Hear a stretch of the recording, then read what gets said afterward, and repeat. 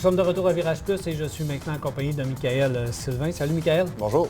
Alors, c'est toi le spécialiste des produits. Alors, tu vas nous parler évidemment des véhicules. On va commencer avec le GMC Sierra et il faut dire que GM a fait tout un travail avec ce véhicule-là. Donc, on l'a évidemment reconstruit. Exactement. Donc, de un, ce qu'il faut dire, c'est que le camion a été refait là, vraiment quasiment à 100 %. De ce que GM nous ont dit, ce qui est resté de l'ancien camion, on peut le tenir dans une seule main.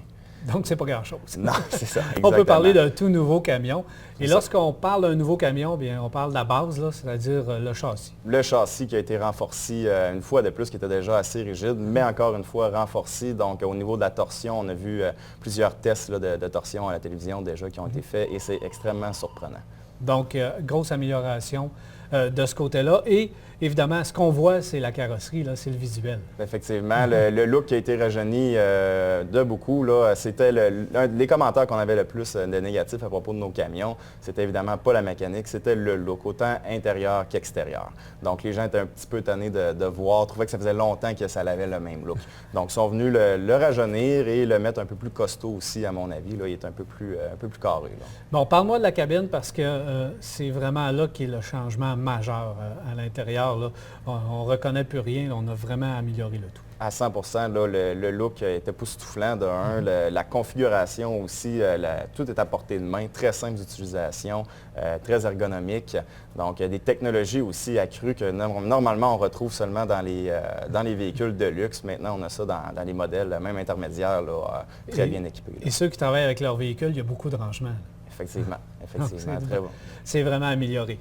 Ceux qui magasinent un camion, je pense qu'on doit s'asseoir un peu et penser et réfléchir vraiment qu'est-ce qu'on fait avec son camion parce qu'il y a 10 000 versions disponibles et configurables qu'on peut faire. Alors, parle-moi un peu des cabines et des boîtes, c'est ce qui est le plus populaire pour commencer. C'est certain qu'il faut savoir ce qu'on va faire avec le camion. Aussi, je pourrais faire une parenthèse en même temps, très important pour les clients quand ils se présentent chez nous, de savoir combien ils vont charger avec non seulement la roulotte, si c'est une roulotte, mais avec le matériel à l'intérieur, combien ça va peser, très important. Ensuite de ça, au niveau des boîtes, donc, on a toujours la cabine classique qui va exister donc, avec une banquette à l'avant. On est disponible avec une boîte là, de 6 pieds ou 8 pieds. Ensuite de ça, on va tomber dans la cabine double comme on a derrière nous présentement. Donc, qui est une vraie porte maintenant aussi, je dois le noter. Dans le passé, dans l'ancienne génération, c'était une porte suicide qui ouvrait à l'envers. Maintenant, c'est une vraie porte, donc beaucoup plus pratique. Mieux, ça l'aide aussi sur l'insonorisation et la rigidité du camion. Là, c'est ce qui a fait, une des choses qui a fait en sorte qu'on a réussi à aller chercher 5 étoiles au niveau de la sécurité, de la cote de sécurité. C'était la première fois dans un camion. Donc, bien important, choisir sa cabine, choisir sa boîte. Aussi, on peut aller dans d'autres versions. Donc, 2500, 3500 du Sierra existe tout le temps. Là. Effectivement. Donc, les versions les plus robustes pour ceux qui ont vraiment soit de très grosses fifouilles ou c'est souvent les gens qui travaillent, là, autant transport, construction. Là, donc, là, maintenant, on va parler un peu plus du cœur du sujet, c'est-à-dire la mécanique qu'on a réservée dans les véhicules. Parle-moi un peu des moteurs disponibles dans le Sierra. Écoutez, de un, ça l'a changé, comme je disais tout à l'heure. Avant, c'était des moteurs Vortec qui étaient très appréciés des gens. On a gardé la même similitude au niveau des grosseurs de moteurs. Donc, c'est encore un 5.3 et un 6.2 litres là, qui sont disponibles comme grosse cylindrée dans le V8. Donc, c'est plus des Vortec, comme j'ai dit, c'est maintenant des Ecotec 3. Okay. Donc, le 3 signifie 3 technologies qui existent depuis déjà un bon moment, que tout le monde connaît, mais qui n'avaient jamais été mis les 3 dans un même moteur. Et c'est ce que GM ont fait. Donc, okay. C'est-à-dire l'injection directe, le calage variable des soupapes et le cylindrée variable. C'est grâce à ces 3 technologies-là qu'on a réussi, en fait, à battre les codes de consommation du EcoBoost avec un V8. Avec un V8. Alors, parle-moi du 5.3. Je pense que c'est votre moteur le plus populaire. Effectivement, c'est certain que c'est notre moteur. C'est notre plus gros vendeur. Donc, on parle quand même de 355 HP et de 385 livres de coupe. Donc, on le sait quand on remorque, c'est ce qui est important, la coupe. Donc, on a un vrai cheval là, pour tirer. Là. Le moteur est toujours accouplé à une transmission, donc ça, oui. C'est important. Parle-moi un peu des transmissions. Maintenant, c'était déjà le cas des transmissions 6 vitesses. C'est sûr que ce n'est pas la même transmission, mais c'est une transmission 6 vitesses avec, on peut aussi régler manuellement nos vitesses là, voulues en chemin. Là. Autre composante mécanique importante à connaître sur un camion, c'est les différentiels. Oui. Et chez vous, chez GM, c'est assez important, de savoir, bon, qu'est-ce qu'on fait avec le véhicule pour aller chercher le bon différentiel, mais parle-moi pourquoi c'est important de savoir le ratio différentiel. Bien, de un, ça va changer énormément la capacité de charge du camion et la consommation d'essence aussi, évidemment. Donc, si on y va dans le plus petit différentiel disponible dans le 1500, on en vend très peu, c'est compréhensible aussi. On parle d'un 308. Donc, on tombe avec une capacité de charge limitée à 6 000 livres, mais ça fait un camion qui est très économique. Donc, pour les gens qui n'ont pas nécessairement des grosses charges à tirer, mais qui ont besoin d'une boîte de camion, tirer le petit trailer et mettre du stock, c'est parfait pour ça. Ensuite de ça, on va tomber, notre plus populaire, ce qu'on vend à 80 du temps, c'est le 342. Donc, on va tomber avec une capacité de charge de 9 200 livres et on reste là, quand même très, très économique. Et ensuite de ça, la 373 qui est disponible avec le groupe remorquage Max. Donc là, on va être capable d'aller chercher jusqu'à 11 500 livres de capacité de charge avec le 5.3. Toujours dans le 1500. Exactement, toujours dans le 1500. Parce que là, si on prend 2500, 3500, capacité de remorquage, là... si on reste dans le moteur à l'essence, le 6 litres, on va parler d'un 14 000 livres. Puis si on va dans le diesel, 17 000 livres. Là. Donc, on accroche la maison puis on part avec. C'est ça. Grosso modo. Autre chose, et ça, juste pour terminer aussi, il faut parler un peu de petite affaire particulière au niveau du différentiel, c'est l'autobloquant. Oui, effectivement, gros détail chez GM que peu de gens connaissent en fait. La différence entre les différentiels chez nos compétiteurs, c'est des différentiels à glissement limité. Donc ça fonctionne, c'est une mécanique de clutch pour rester très vague et ça travaille normalement seulement à 50 %. Okay. Donc, tandis que nous, en étant autobloquant, il barre vraiment à 100 %. Donc, c'est-à-dire qu'aussitôt qu'on a une roue qui fait 100 tours minute plus vite que l'autre, le différentiel barre à 100 % et les deux roues vont vraiment tourner à la même vitesse. Donc c'est vraiment majeur. C'est très majeur.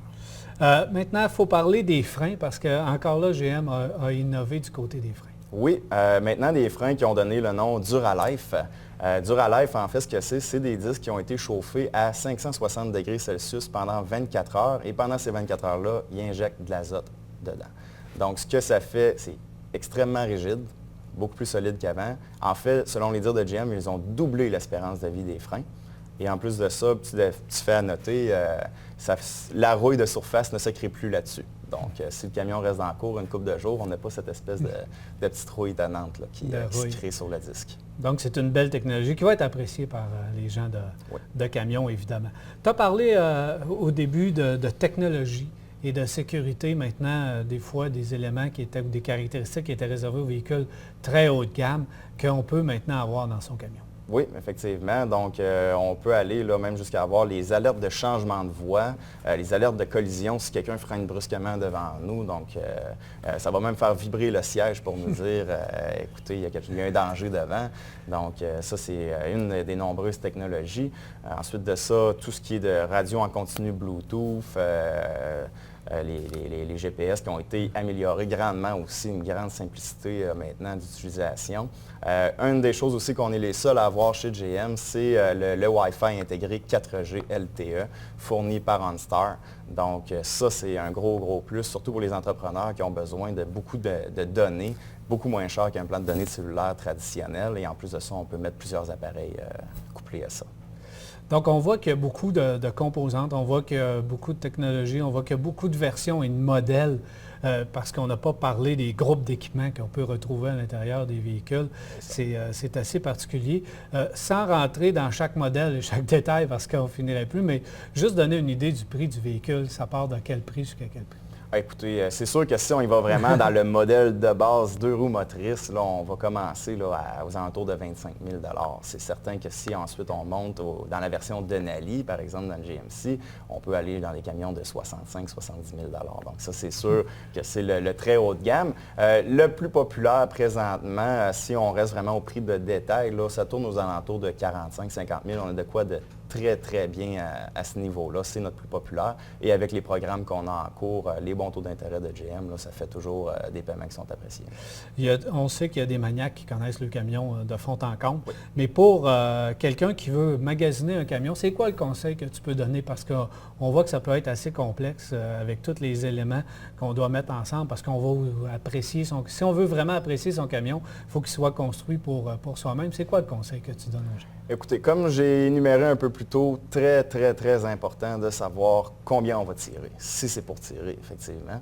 Et la place qu'on a besoin aussi dans le camion. Souvent, les gens vont dire « Ah, ben j'ai des jeunes enfants, peut-être que la cabine double pourrait faire. » Pour certaines personnes, ben si les enfants sont plus grands un peu, moindrement, ben ça peut devenir serré. Donc, c'est certain qu'il faut être au courant du besoin et aussi au niveau du budget attribué pour le camion parce que ça peut aller vite souvent quand on augmente dans les technologies. C'est certain que dans un camion, ça peut aller très vite. Là. Et dans les accessoires, parce que le camion, on peut le personnaliser avec les roues, les mags, les marchepieds. Exactement, exactement. Donc, autant on peut les commander personnalisés de GM directement ou comme François parlait plus tôt, donc au niveau de notre département des pièces, là, et nos mécaniciens sont très spécialisés là-dedans si les gens veulent rajouter des accessoires plus importants. Alors, Michael, si tu permets, on va faire une pause et au retour, on soulève les passions avec la Chevrolet Camaro.